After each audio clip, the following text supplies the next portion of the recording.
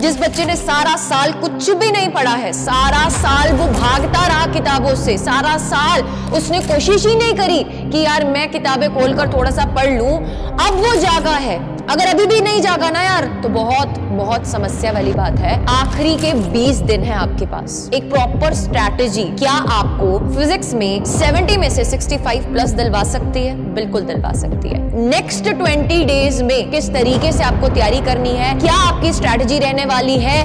20 दिन, 80 घंटे, 4800 minutes, 2,88,000 seconds अभी भी है आपकी मुट्ठी में। आखिरी के 20 दिन है आपके पास, एक प्रॉपर स्ट्रैटेजी क्या आपको फिजिक्स में 70 में से 65 प्लस दिलवा सकती है? बिल्कुल दिलवा सकती है। बट इस मोमेंट पे मैं बिल्कुल भी झूठ नहीं बोलना चाहूंगी। जिस बच्चे की प्रेपरेशन बहुत अच्छी है वो एक्सपेक्ट करे कि उसके मार्क्स जो हैं वो 65 to 70 के बीच में आ सकते हैं। जिस बच्चे ने सारा साल कुछ भी नहीं पढ़ा है, सारा साल वो भागता रहा किताबों से, सारा साल उसने कोशिश ही नहीं करी कि यार मैं किताबें खोलकर थोड़ा सा पढ़ लूं, अब वो जागा है। अगर अभी भी नहीं जागा ना यार, तो बहुत बहुत समस्या वाली बात है। बट अगर वो अब जाग चुका है तो अब इन नेक्स्ट 20 डेज में किस तरीके से आपको तैयारी करनी है, क्या आपकी स्ट्रैटेजी रहने वाली है? 20 दिन, 80 घंटे, 4800 मिनट्स, 2,88,000 सेकेंड्स अभी भी है आपकी मुट्ठी में। सो मेक श्योर दैट कि आप इस स्ट्रैटेजी को फॉलो कर रहे हैं, आप इस चैनल के साथ जुड़ रहे हैं, आप अपनी फिजिक्स को और मैम को अपने अगले 20 दिन दे रहे हैं। आपकी प्रेपरेशन एज वेल एज आपका रिजल्ट दोनों मेरी जिम्मेदारी है। बस keep following and watch this video till the end and stay tuned. So let us start. अगर अभी तक आप जूझ रहे हैं बेटा कि अभी आपने कुछ भी उस हिसाब से तैयारी नहीं की हुई है या फिर अपने हिसाब से तैयारी करी बट आपको कॉन्फिडेंस नहीं आ रहा है, so what do you need to do in this particular span of time? ठीक है, अब सारा साल आप भागते रहे हो। फिजिक्स एक ऐसा सब्जेक्ट होता है जिससे मोस्ट ऑफ द स्टूडेंट्स बेटा भागते ही हैं, बिकॉज इसमें न्यूमेरिकल्स भी होते हैं।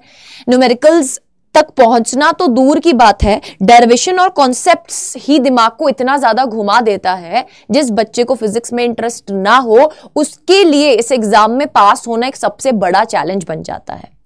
मेरे खुद के ही ब्रदर की अगर मैं बात करूं, I still remember him that जब वो फिजिक्स का पेपर देकर आया था वो सारी रात रोता रहा था। इवन कि पहले भी फिजिक्स के पेपर से एक दिन पहले भी वो सारी रात रोता रहा था। उसका सिर्फ एक ही कहना था कि मैं पास नहीं हो पाऊंगा, but by the gods grace वो जस्ट बॉर्डर लाइन पे पास हो गया था। बट आई डोंट वांट तुम्हारे साथ ऐसा हो यार, और तुम इस सब फीलिंग से गुजर रहे हो बिकॉज वो एक प्रेशर है ना कि यार कंपार्टमेंट आ गया, या फिर अगर आप नीट के एस्पिरेंट हैं या जेई के एस्पिरेंट हैं, आपने उस हिसाब से सारा साल नहीं पढ़ाई करी, आपको नहीं पता कि आंसर्स को प्रेजेंट कैसे करते हैं, डेरिवेशंस को कैसे सॉल्व किया जाता है, लिखा कैसे जाता है, डायग्राम्स कैसे बनते हैं, ग्राफ्स को कैसे बनाकर प्रैक्टिस करते हैं, तो अब ये आपके लिए चैलेंज बन सकता है। बट अपने बैक ऑफ द माइंड में एक ही ध्यान रखें कि आप सारा साल फिजिक्स पढ़कर आए हैं। ऐसा तो नहीं होगा बेटा कि आप बिल्कुल जीरो पर हो, आपको कुछ ना कुछ आता है। बस हम ना हमेशा अपने आप को लेकर, अपनी प्रिपरेशन को लेकर अंडर कॉन्फिडेंट ही फील करते हैं, वो नहीं करना है। जस्ट बी कॉन्फिडेंट, आपको अपने ऊपर कॉन्फिडेंस होना चाहिए। एंड अभी भी आपके पास 20 दिन, 80 घंटे, 4800 मिनट्स एंड 2,88,000 सेकेंड्स बाकी हैं। बस आपको बहुत ज्यादा मेहनत करनी पड़ेगी। अब ये कैलकुलेशन मैम आपने कहां से करी है?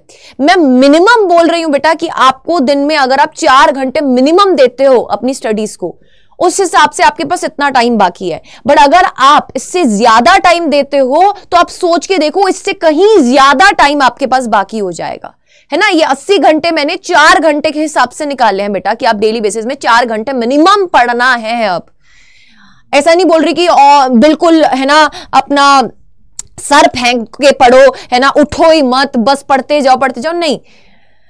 पोमोडोरो टेक्निक अपनाओ। अपना 40 मिनट्स पढ़ने के बाद 5 मिनट उठ जाओ, फिर दोबारा से 40 मिनट्स पढ़ने बैठो, फिर आप 10 मिनट की ब्रेक ले लो, लाइक सो ऑन। बट ऐसा मत करो कि उस ब्रेक टाइम पर कहीं किसी सोशल नेटवर्किंग साइट को खोल लो, इंस्टाग्राम को खोलो और बस रील्स ही स्क्रॉल करते जाओ, क्योंकि कैसे वो 5 से 10, 10 से 15, 15 से 20, 20 से 25, 25 से 30 बन जाएंगे, आपको पता भी नहीं चलेगा।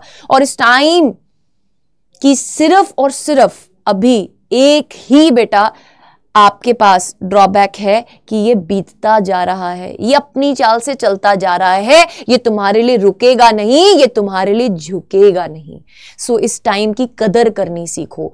अब एक होता है कि हम साल के स्टार्टिंग में इंटर करते हैं और हमारे पास बहुत टाइम होता है, हम सब पढ़ रहे होते हैं, हम मजे से फर्स्ट चैप्टर खोल के बैठते हैं, इलेक्ट्रिक चार्जेस इन फील्ड, है ना, एक एक लाइन पढ़ रहे होते हैं कि इलेक्ट्रिक चार्जेस इन फील्ड का मतलब क्या है, इलेक्ट्रोस्टैट्स का मतलब क्या है।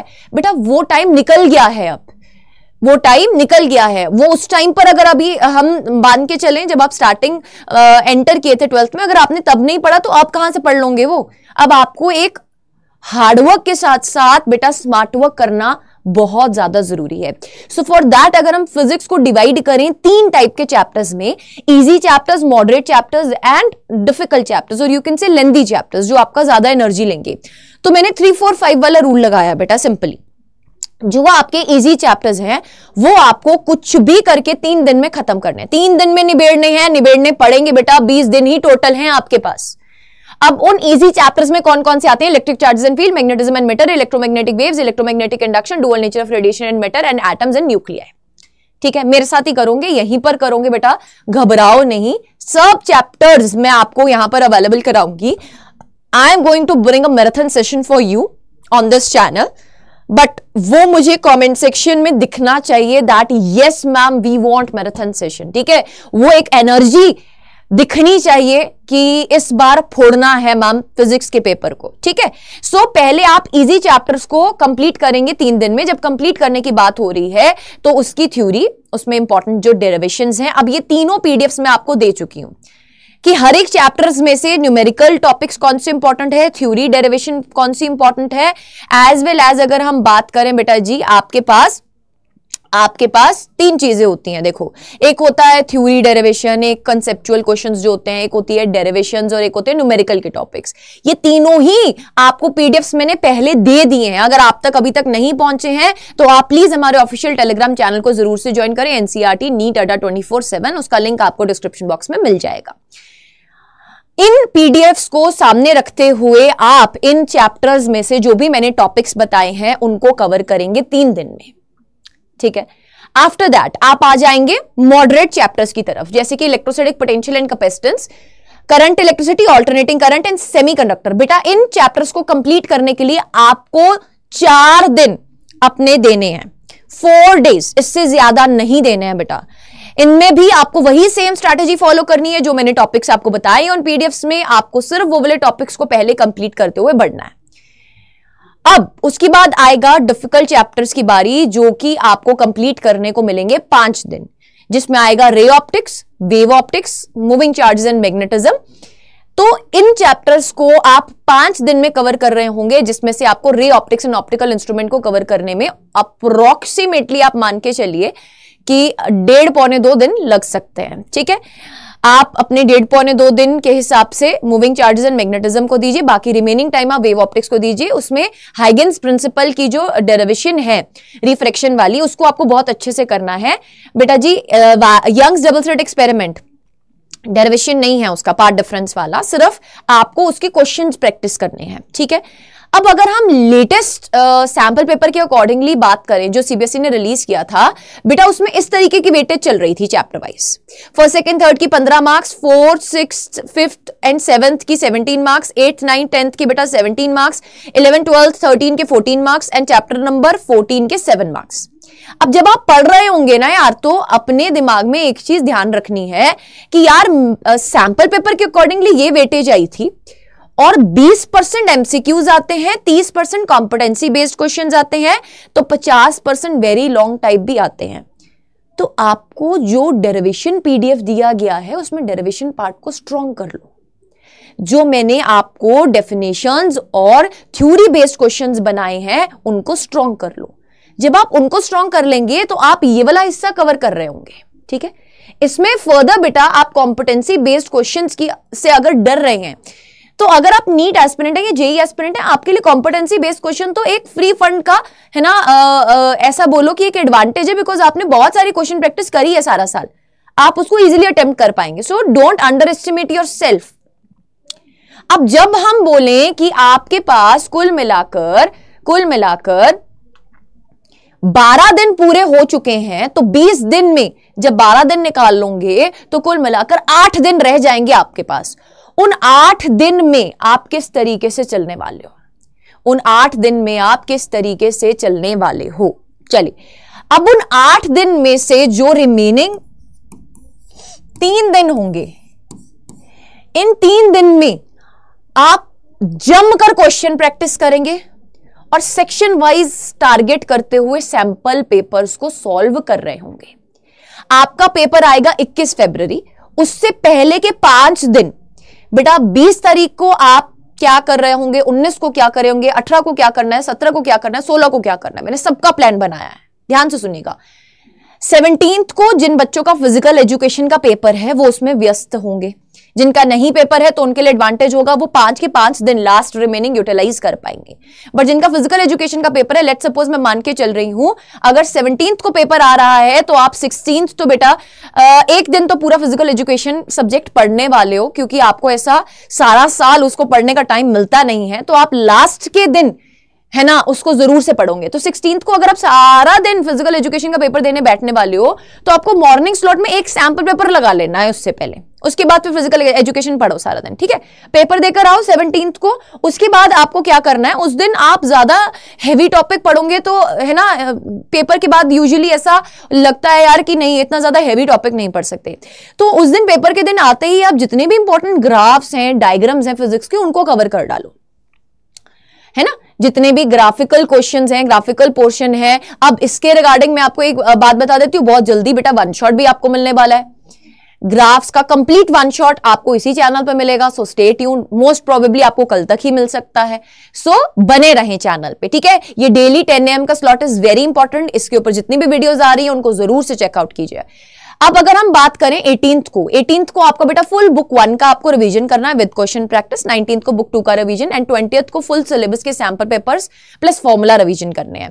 अब जब आप 18th और 19th को पढ़ रहे होंगे तो आप सेक्शन वाइज भी टारगेटेड चल रहे होंगे, section A B C D E, यहां पर आपके छोटे छोटे सेशंस चल रहे होंगे जिसमें आप मेरे साथ सेक्शन वाइज अपने मार्क्स को पक्के कर रहे होंगे। एंड फिर 21 फरवरी को आपका मॉर्निंग टाइम पर पेपर होगा ही, तो आप मॉर्निंग में आप एक फास्ट रिवीजन के लिए, एक सुपर फास्ट रिवीजन के लिए, एक कॉन्फिडेंस बूस्टर सेशन के लिए मेरे साथ जुड़ेंगे, ठीक है।